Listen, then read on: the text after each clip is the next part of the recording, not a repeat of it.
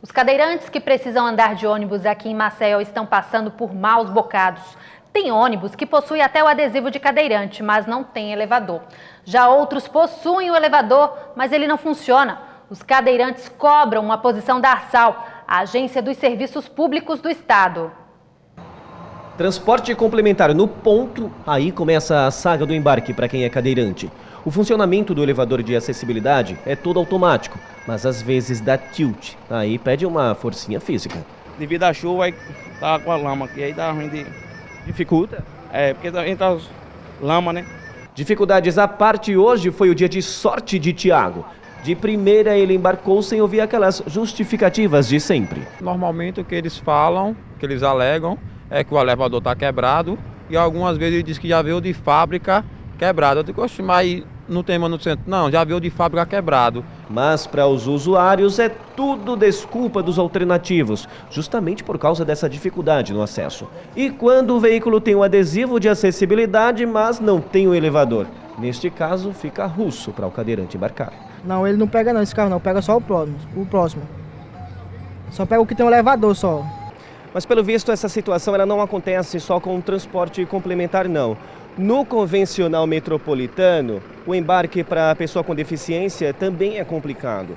Neste veículo aqui, por exemplo, ele não tem a sinalização de embarque de pessoa com deficiência, nem o elevador de acessibilidade, ó, tanto na porta de embarque quanto lá no desembarque.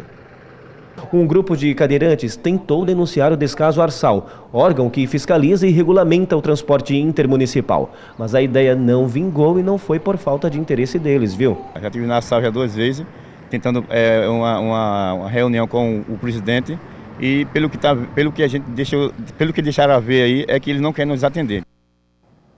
Bom, em nota, a Arsal garante que fiscaliza os ônibus que fazem o transporte de cadeirantes. Os servidores da educação de Maceió decidiram ontem manter a greve da categoria, contrariando o liminar da Justiça. A repórter Júlia Oliveira conversou com a diretora do Sinteal, Girlene Lázaro. Olha, Sabrina, as discussões sobre o reajuste dos professores da rede municipal, elas começaram em janeiro. Desde então, eles vinham aguardando um posicionamento da prefeitura em relação a isso. Mas, segundo o Sinteal, essa resposta não veio e, por isso, eles decidiram fazer a greve e, detalhe, mesmo com a liminar decretando a greve ilegal, os professores vão continuar. É isso mesmo, Girlene. Eu vou conversar com Girlene, que é diretora do Sinteal. A greve continua?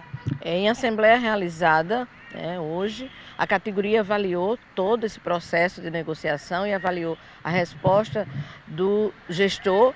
E mesmo tendo sido essa questão da justiça definida, nós discutimos bastante e a categoria avaliou o seguinte, como foi uma liminar, e como nós não fomos ouvidos em todo o processo para se chegar à greve de tudo que nós construímos.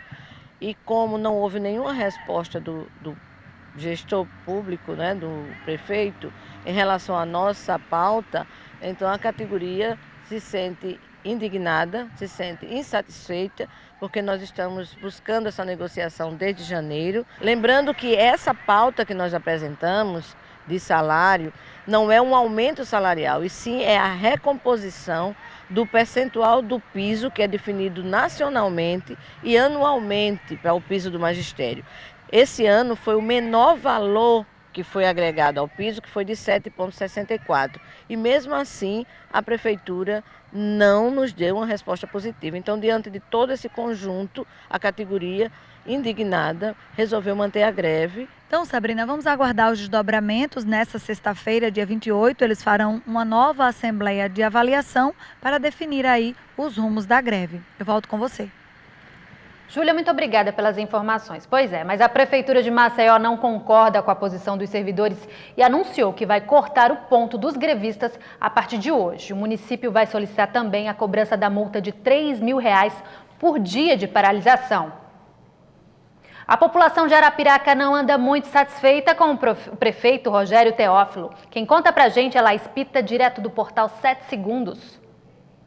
Olá, Sabrina, muito boa tarde. Uma pesquisa inédita revela a desaprovação do prefeito de Arapiraca, o Rogério Teófilo, e a preferência dos arapiraquenses para governo e Senado. O estudo foi realizado pelo Instituto Brasileiro de Pesquisas de Opinião Pública, o IBRAP. Questionados como está sendo a nova gestão, 47% dos cidadãos arapiraquenses responderam que é péssima, 18% regular, 17% ruim, 12% bom, 4% não souberam responder e 2% classificaram como ótima. O IBRAP também levantou as preferências dos arapiraquenses para governo, presidente e Senado nas eleições marcadas para outubro de 2018. Para governo estadual, Renan Filho lidera com 41% das intenções e o prefeito de Maceió, Rui Palmeira, apontado como possível principal candidato de oposição, aparece com 16%. O ex-presidente Lula aparece com 45% da preferência dos arapiraquenses. Já o polêmico Jair Bolsonaro tem 11%.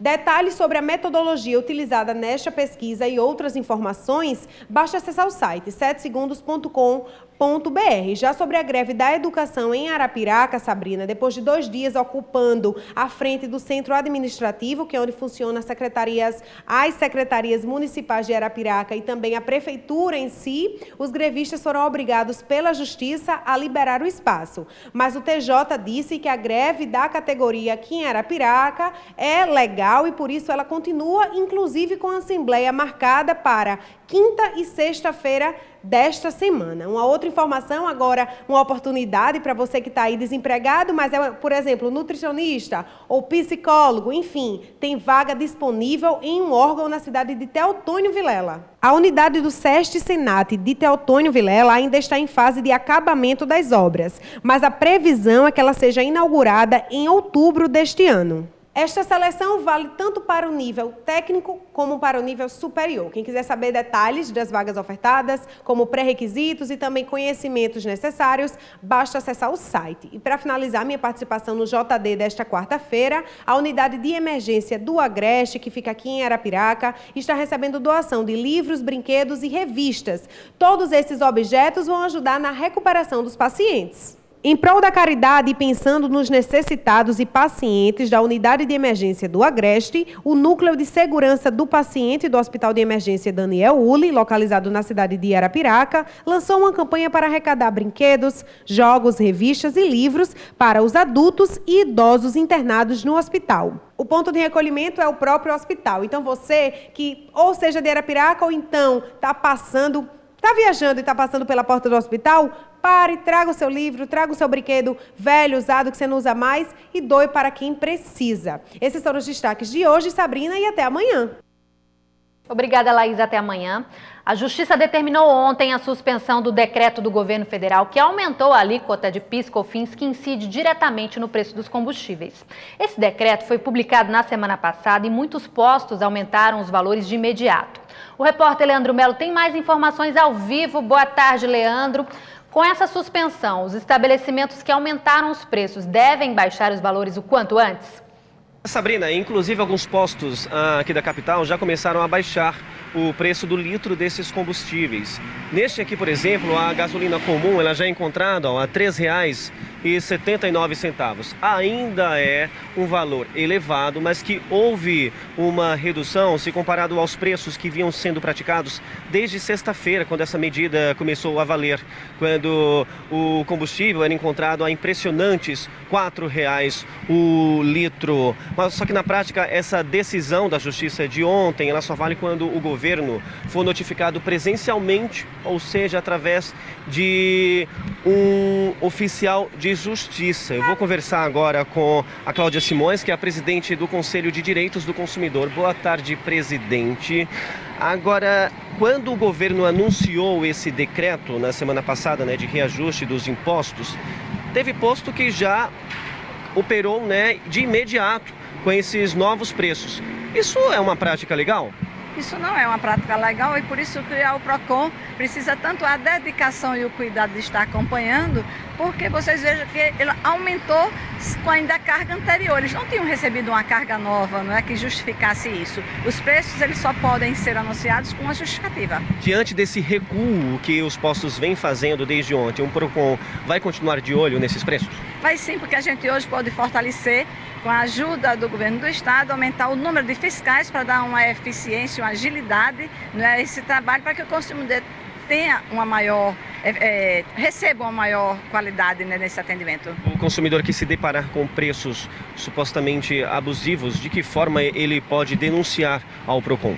O consumidor ele não pode esquecer o número 151, porque é exatamente denunciando que ele vai fazer e nos ajudar a chegar mais próximo a esse empresário, a esses postos que estão praticando essas taxas abusivas. Através dessa força-tarefa que o PROCON vem fazendo, né, já há algumas semanas, já se chegou ao motivo do aumento do preço desses combustíveis aqui no estado? A gente, como tem uma parceria com a AB, Ministério Público, a gente não quer, assim, vamos dizer assim, direcionar a razão disso, porque a gente está em estudo, porque a gente sabe que isso vem. A gente teve um momento com o Síndico de Combustível, onde eles tinham uma justificativa, mas essa justificativa ela tem que ser dentro da lei. Se não houver justificativas dentro da lei, então eles são preços abusivos e precisam ser baixados. Ok, presidente, obrigado pela sua participação aqui no Jornal do Dia. Agora, voltando a falar sobre essa notificação, né, de ontem da Justiça, mesmo que o governo federal não tenha sido notificado ainda que oficialmente, o presidente Michel Temer, né, através da equipe dele, já se considerou como notificado. E aí, ontem mesmo, já entraram com uma liminar, um recurso, né, um pedido de liminar através desse recurso. A alegação é de que a lei permite a alteração de imposto por decreto, dentro da margem de lei, para mais ou para menos. Então vamos continuar acompanhando, né, essa novela do sobe e desce desses preços de combustíveis que, pelo visto, ainda vai render, viu, Sabrina? Volto com você. E vamos torcer que esses preços baixem mais. Muito obrigada, Leandro, pelas informações. Até amanhã, viu? Em instantes, mais de 350 reeducandos aguardam tornozeleiras eletrônicas no sistema prisional. Sobre esse assunto, uma entrevista aqui no estúdio com o supervisor do Centro de Monitoramento Eletrônico de Presos. Voltamos já já.